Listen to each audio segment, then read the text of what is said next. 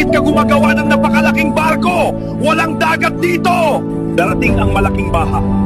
Ang arka ay ang kaligtasan ng Diyos na inihanda para sa atin. Dapat kang magsisi sa iyong mga kasalanan at pumasok sa arka.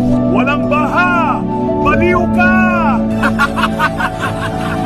Pinagtawanan nila si Noah hanggang sa dumating ang baha. Noah! Pasabihin mo ako sa arka! Ayoko mamatay!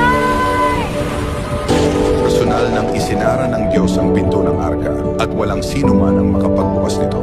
Sa huli, tanging si Noe at ang kanyang 8 miyembro ng pamilya kasama ang mga hayop ang nakaligtas. Ngayon, ang mga araw ni Noe ay nangyayari muli at ang mapanirang malaking kalamidad ay darating. Huwag hintayin na ang malaking kalamidad ay bumagsak sa pagsisisi dahil sa panahong iyon ay gagantimpalaan ng Diyos ang mabuti at parurusahan ng masama, hindi magpakita ng awa. Kung handa kang